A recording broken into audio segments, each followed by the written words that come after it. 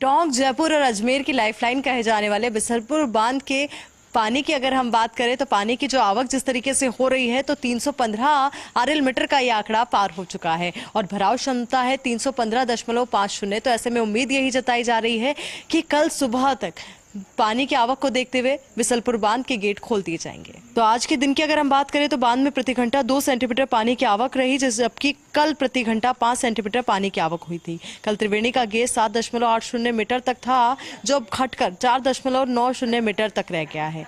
तो बांध के गुरुवार सुबह तक छलकने की उम्मीद है। ऐसे में इसके गेट खोलने को लेकर प्रशासन समेत बांध परियोजना से जुड़े अधिकारी तैयारी में जुट गए हैं और लगातार उनके द्वारा मॉनिटरिंग भी की जा रही है, निरीक्षण भी किया जा रहा है और साथ ही आसपास के क्षेत्रों में मुनादी भी की जा रही है, अलर्ट भी जारी किया जा रहा है ताकि जो बहाव वाले क्षेत्र हैं बनास नदी के, साथ ही डाउनस्ट्रीम का जो एरिया है वहां के लोग किसी भी तरीके की गतिविधि में लिप्त ना हो। आसपास के क्षेत्र में जहां पानी का बहाव रहेगा तो वहीं आवागमन वो ना करे। तो प्रशासन एक और अलर्ट है, तो वहीं दूसरी ओर आम लोगों की भागीदारी की उम्मीद भी की जा रही है।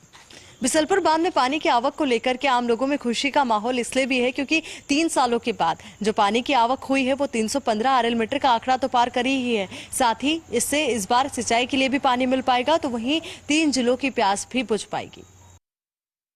मध्य प्रदेश तक के पीछे के इलाके से पानी की आवक के कमजोर पड़ने और हाड़ौती अंचल में आज बारिश का दौर कमोबेश थमने के बाद बाढ़ प्रभावित कोटांचल के इलाकों को आंशिक राहत मिली है। कल के मुकाबले 5 लाख क्यूसेक तक के डिस्चार्ज को आज शाम होने तक कोटा बैराज से घटाकर करीब आधा कर दिया गया है। जिन बस्तियों में पानी भर गया था वहां भी अब धीरे धीरे पानी उतर रहा है। इस बीच विदेश मंत्री शांति धारीवाल के निर्देश पर कांग्रेस के नेता और कार्यकर्ता भी बाढ़ प्रभावितों की मदद के लिए जुट गए हैं।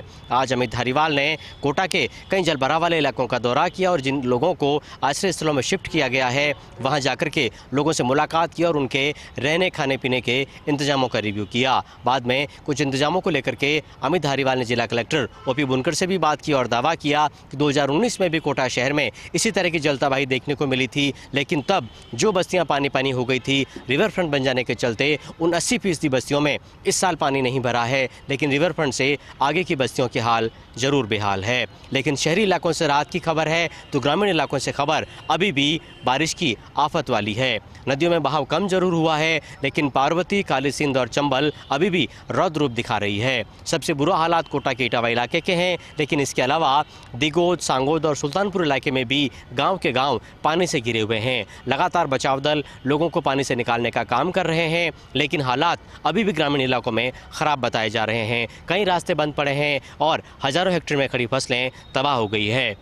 लोग दावा कर रहे हैं कि पिछले 100 साल में भी ग्रामीण इलाकों में तो ऐसी जल तबाही नहीं देखी। इस बीच कोटा के प्रभारी मंत्री प्रसाद लाल मीणा कोटा पहुंच चुके हैं। यहां उन्होंने रात में ही अधिकारियों के साथ रिव्यू मीटिंग की है और कल वो बाढ़ प्रभावित इलाकों का दौरा करने वाले हैं।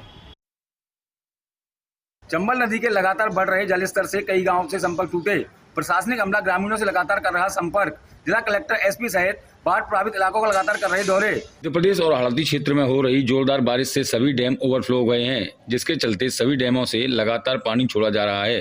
कोटा बैराज और सहायक नदियों से पानी की आवक के चलते चंबल नदी उफान पर है। चंबल नदी खतरे के निशान से करीबन 13 मीटर ऊपर चल रही है। खतरे का निशान 130.79 मीटर है, जो इस समय 144 मीटर के आसपास चंबल नदी बह रही है। नदी के जलस्तर बढ़ने से धौलपुर के सरमथुरा, रायखेड़ा के 80 गांवों में बाढ़ का संकट गहरा गया है। इस समय 2 दर्जन से अधिक गांवों का संपर्क कट गया है। चंबल नदी के बढ़ते जलस्तर को लेकर प्रशासन ने आगरा से सेना की एक टुकड़ी रायखेड़ा क्षेत्र में बुलाई है। यह टुकड़ी राजाखेड़ा क्षेत्र में ही कैंप कर राहत और बचाव कार्य कर रही है। वहीं एसडीआरएफ की 4 टीमें भी राहत कार्य में लगी हुई हैं। कल जिला कलेक्टर अनिल कुमार अग्रवाल ने चंबल नदी के जलस्तर बढ़ने के कारण जिन इलाकों में जल भराव के कारण संपर्क मार्ग अवरुद्ध हो गया है, वहां के समस्त राजकीय एवं निजी विद्यालयों में तत्काल प्रभाव से छात्र छात्राओं के आगमन को ध्यान में रखते हुए 27 अगस्त तक अवकाश घोषित कर दिया है। जिला प्रशासन की ओर से पूर्वानुमान लगाया जा रहा है कि अभी नदी का जलस्तर और बढ़ेगा। अगर नदी का जलस्तर और अधिक बढ़ेगा तो दर्जनों गांवों में पानी भर जाएगा, जो ग्रामीणों और जिला प्रशासन के लिए खासी परेशानियां खड़ी कर सकता है। हालांकि जिला प्रशासन की ओर से सेना, एसडीआरएफ की टीमों के अलावा संबंधित अधिकारी और कर्मचारी लगातार अलर्ट मोड पर हैं। वहीं चेतावनी के बाद भी जो लोग नदी के किनारे जा रहे हैं उनके खिलाफ जिला पुलिस लगातार कार्रवाई कर रही है। बीकानेर में इन दिनों लगातार कांग्रेस के नेता आ रहे हैं। दरअसल रामेश्वर डूडी की माताजी के निधन पर शोक जताने उनके निवास पर जा रहे हैं। आज बीस निगम के अध्यक्ष और हिमाचल प्रदेश स्क्रीनिंग कमेटी के सदस्य धीरज गुर्जर अभाव अभियोग निराकरण समिति के अध्यक्ष पुखराज पारासर सहित कांग्रेस के कई नेता बीकानेर दौरे पर रहे। पवन गोदारा और विधायक राजेंद्र विदुड़ी, वेद प्रकाश भी पहुंचे। धीरज गुर्जर ने फर्स्ट इंडिया न्यूज़ से बातचीत में कहा कि पूरा देश जानता है कि राहुल गांधी ने जनता के मुद्दों को उठाया है, महंगाई पर बात की है, इसीलिए अब ईडी और सीबीआई का डर दिखाया जा रहा है और अब तो ये डर बिहार तक पहुंच गया है। लेकिन कांग्रेस का कार्यकर्ता डरने वाला नहीं है, हम लड़ाई लड़ेंगे और देश की जनता जानती है कि राहुल गांधी ने हमेशा सही बात कही है। साथ ही साथ उन्होंने कहा कि राष्ट्रीय अध्यक्ष कौन होगा इसकी एक प्रक्रिया है, मीडिया अपने तरह से खबर चलाता है, लेकिन ये तय करना कांग्रेस कार्यकर्ताओं का काम है और लोकतांत्रिक तरीके से ये होगा। तो इधर भाजपा के पूर्व प्रदेशाध्यक्ष और राष्ट्रीय कार्यकारिणी के सदस्य अरुण चतुर्वेदी भी बीकानेर दौरे पर रहे। यहाँ पर अरुण चतुर्वेदी ने फर्स्ट इंडिया न्यूज़ से बातचीत में कांग्रेस सरकार पर जमकर निशाना साधा और कहा कि मुख्यमंत्री जी एक ही काम कर रहे हैं, सुबह उठते ही केंद्र सरकार को कोसने का काम शुरू करते हैं, लेकिन फील्ड में क्या हालत है ये सबके सामने है। जिन थानों की स्थिति है वो सब आम जनता को पता है कि कैसे विधायकों और नेताओं के दबाव में काम हो रहे हैं। राजस्थान में लॉ एंड ऑर्डर की स्थिति सबके सामने है। साथ ही अरुण चतुर्वेदी ने चुटकी ली कि ज़्यादा बेहतर है कि अशोक गहलोत दिल्ली चले जाएं, क्योंकि कांग्रेस की जो हालत राजस्थान में हुई है वो सबको पता है। भारत पाक सीमा क्षेत्र से पाकिस्तान जाते पकड़े गए संदिग्ध बांग्लादेशी युवक को खुफिया एजेंसी जयपुर लेकर गई है। अब जयपुर में संदिग्ध बांग्लादेशी युवक से संयुक्त रूप से इन्वेस्टिगेशन की जाएगी। जैसलमेर से लगती पाकिस्तान सीमा पर घुसपैठ के इरादे से पकड़े गए बांग्लादेशी युवक से पूछताछ में बड़े खुलासे हुए हैं। बांग्लादेशी युवक सरवर हुसैन के लैपटॉप में 13 इंस्टाग्राम अकाउंट मिले हैं और ये सभी अकाउंट लड़कियों के नाम से खोले हुए हैं। इसके साथ ही सरवर के पास हाथ से बना कश्मीर का नक्शा भी बरामद हुआ है।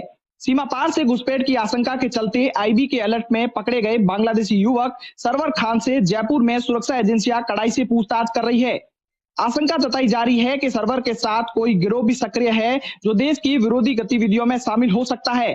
उसके लैपटॉप की जांच करने पर उसमें 13 इंस्टाग्राम अकाउंट मिले हैं जो अलग अलग लड़कियों के नाम से बनाए गए हैं। इसे अंदाजा लगाया जा रहा है कि वह हनी ट्रैप के मामले में कहीं ना कहीं शामिल हो सकता है। साथ ही सरवर हुसैन के नाम का ये युवक वीजा लेकर भारत आया था और ये संदिग्ध पैसे से इंजीनियर भी है।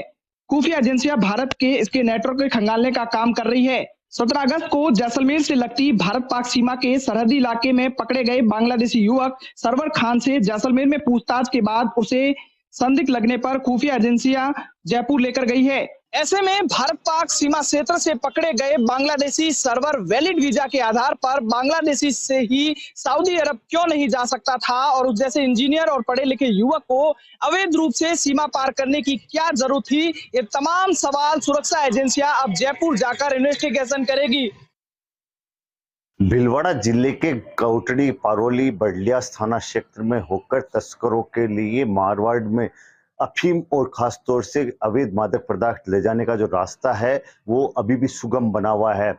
गौरतलब है कि भीलवाड़ा जिले के कोटड़ी थाना क्षेत्र में सिपाही उकारलाल रेबारी की तस्करों की गोली से मौत के बावजूद तस्कर अभी भी उनके जो मंसूबे हैं और उनके जो हौसले वो कम नहीं हुए हैं। इसी मार्ग से अभी भी बराबर अवैध मादक पदार्थों की तस्करी जारी है। भीलवाड़ा के पारोली थाना क्षेत्र में आज भी पारोली थाना पुलिस ने गांजा तस्कर के खिलाफ कार्रवाई करते हुए 10 किलो अवैध गांजा बरामद किया और बाइक पर तस्करी करते हुए एक युवक को गिरफ्तार किया। गौरतलब है कि पारोली, कोटड़ी और बडलियास थाना क्षेत्र में लगातार पुलिस गश्त कर रही है, मगर गश्त के बावजूद तस्कर अपनी जो कार्रवाइयां हैं और जो अपनी रूट है उसको बदलने को तैयार नहीं है और उसके बावजूद उनमें किसी तरह का भय दिखाई नहीं दे रहा है।